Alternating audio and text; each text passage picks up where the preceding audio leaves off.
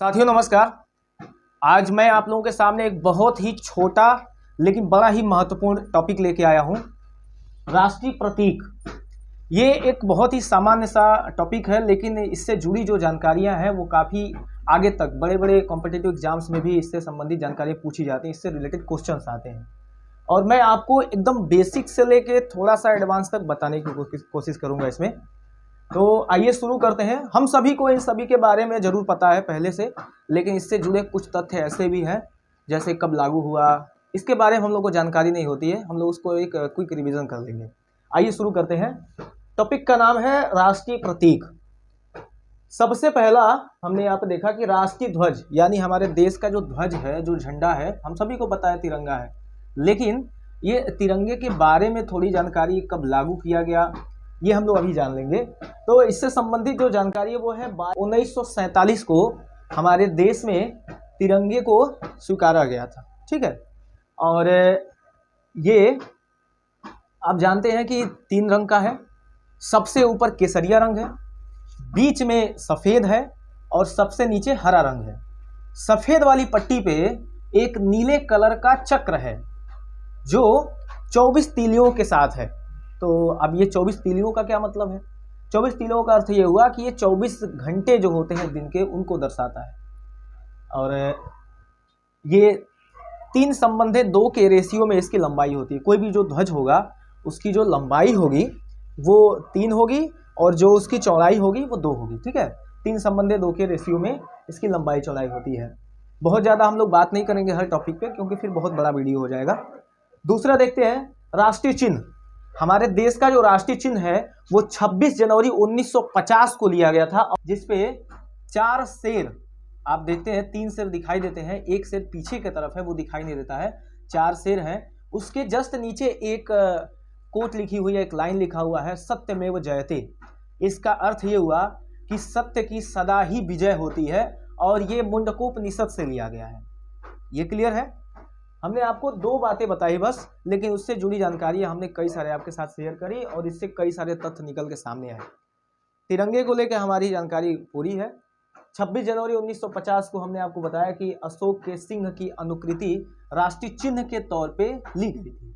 अब आइए राष्ट्रगान की बात करते हैं। राष्ट्रगान हम सभी को पता है, हम सभी बचपन से अपने विद्यालयों में गाते आए हैं। जन गण मन अधिनायक जय है, ये हमारा राष्ट्रगान है और इसको 24 जनवरी 1950 को अंगीकृत किया गया था, ठीक है।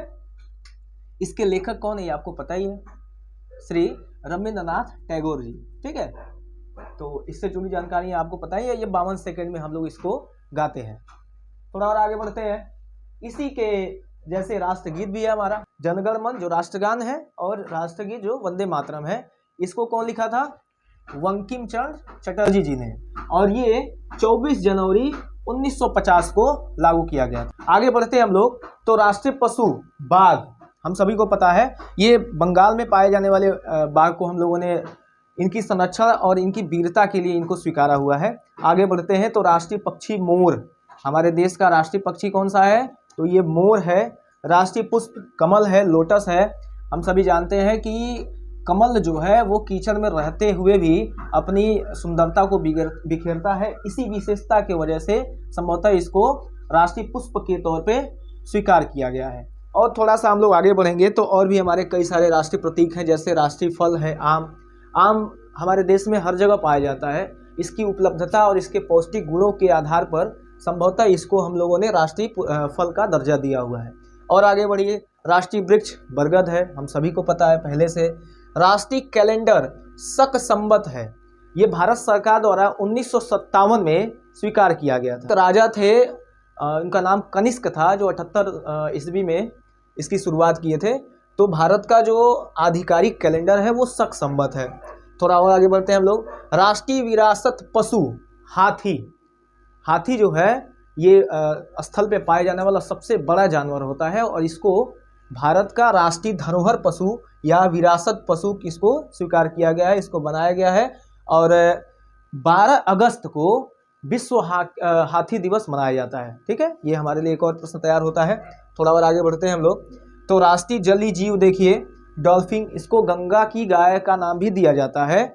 राष्ट्रीय जलीय जीव डॉल्फिन है, मछली है, इसको गंगा की गाय भी कहा जाता है। थोड़ा और आगे बढ़ते हैं हम लोग। राष्ट्रीय नदी, तो हम सभी को पता है कि हमारी आस्था का प्रतीक जो है गंगा नदी है, तो इसे हम लोगों ने अपने राष्ट्रीय नदी के तौर पे स्वीकारा हुआ है। और आगे बढ़ते हैं हम लोग, जो अंत में लिखा हुआ है राष्ट्रीय सब्जी, ये कद्दू है। बहुत सारे लोगों को पता होगा पहले से, या नहीं भी पता होगा। इसमें एक दो राष्ट्रीय प्रतीक छूट गए हैं, जैसे राष्ट्रीय मुद्रा जो है वो रुपया है, राजकीय भाषा जो है वो हिंदी है। तो ऐसे कुछ टॉपिक्स छूट गए थे, तो मैं वो आपको बता देता हूँ। भारतीय संविधान के अनुच्छेद 343 से लेकर 351 तक में राजकीय भाषा से जुड़े तथ्यों को बताया गया है हमारे संविधान में। तो मुझे लगता है कि ये संभवतः राष्ट्रीय प्रतीक से संबंधित जानकारी आपके लिए काफ़ी हेल्पफुल होगी, और इससे जुड़े जो मैंने और भी फैक्ट बताए आपको आपके काम के होंगे। तो अगर आपको ये जानकारी अच्छी लगी, समझ में आया, तो अपना प्यार दीजिए। बहुत बहुत धन्यवाद। जय हिंद।